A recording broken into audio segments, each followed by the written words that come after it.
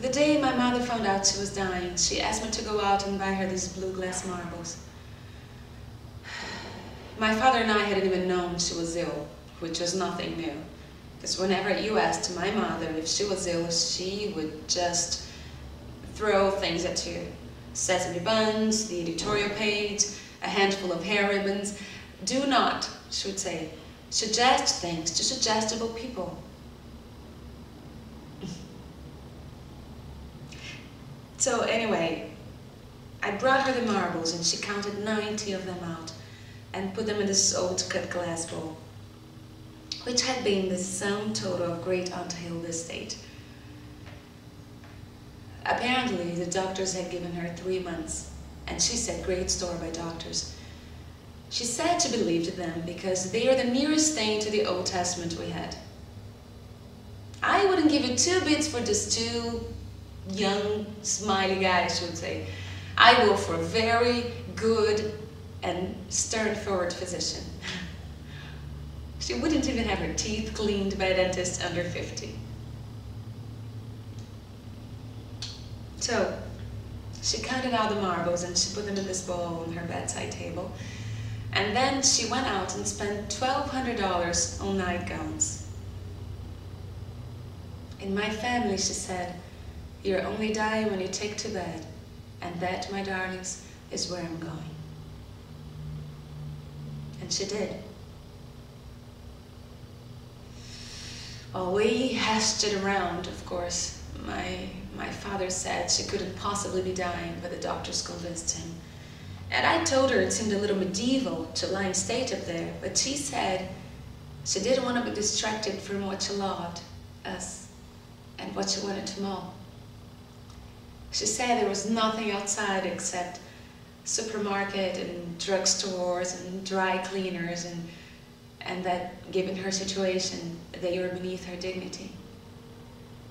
So I asked her what she intended to do up there, and she said, study French, visit with us, generally mow, and maybe call a few Pauls. Study French. She said she had made a pledge to herself years ago that she would die bilingual.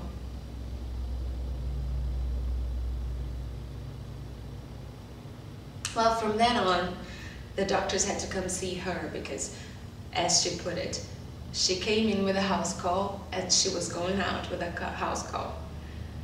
And every day, all day, she would hold one of these marbles in her hand. You know why? She said it made the day longer.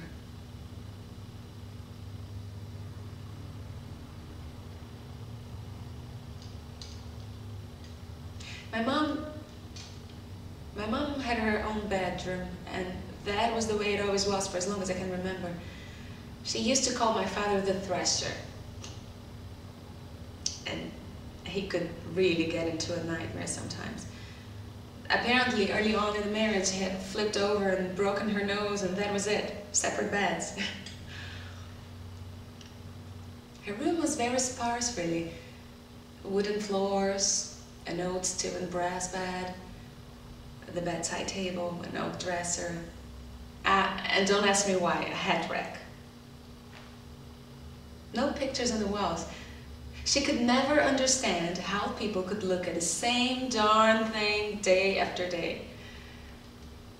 She said it was bound to deflate the imagination.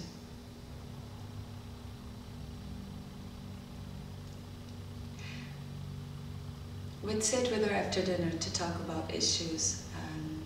She said she was too far gone for gossip or what she ate for lunch. And then we would turn in, and in a little while, just before it drift off, I'd hear this.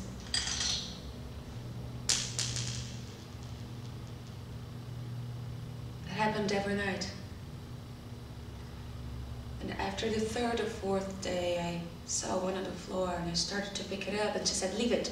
She said it very sharply. And I asked her, "How come?" And she said she was learning to let go of them.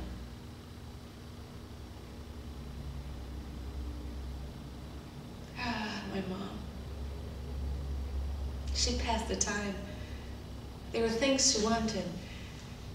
She made out a list of children's books from her own childhood, and my father and I got as many of them as we could find from the library. She said they were still the only good books she'd ever read. She wrote to, I don't know, maybe 60 or 70 people, and they told us later on that they were sort of little formal goodbyes, each of them recalling some incident or shared something not very significant. But the odd thing was that in each one she included a recipe in every one of them.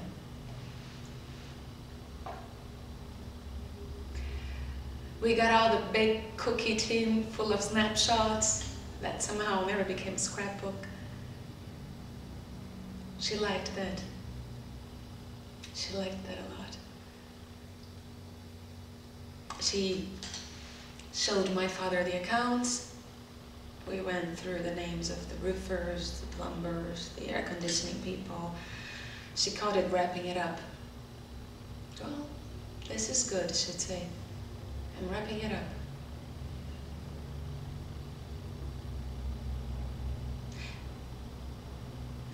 She had a television moved up in her room, and then she called me aside to say that it was entirely possible that she might reach a stage where she wouldn't know what she was watching, but that I must promise I'd keep it on PBS.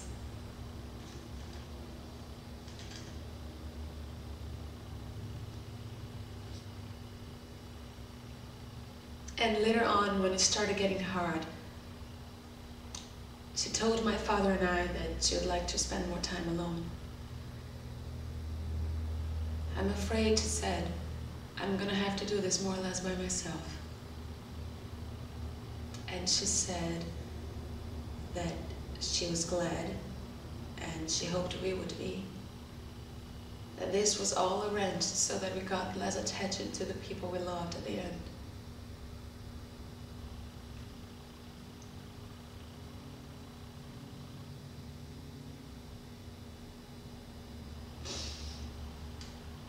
Well, the next period isn't really worth going into. It was just hard. Can you believe it that from the very beginning down to the very last, she never admitted to any pain? Never. She called it the chills. And the last thing she asked for was a picture that we had on the front entrance door of a Labrador Retriever, Troy, that she and my father had owned when they were first married. He was, she said, a perfectly dreadful dog.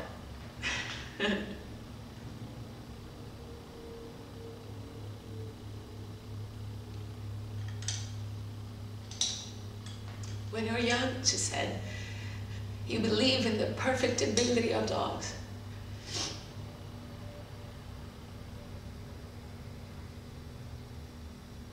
Well, 2 weeks ago, Wednesday toward dawn, I was in bed and then I heard this.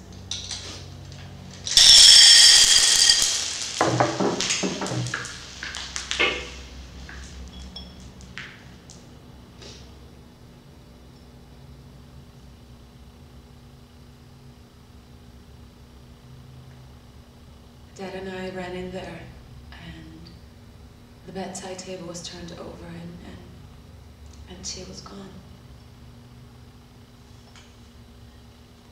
When the emergency medical people got there, they found this.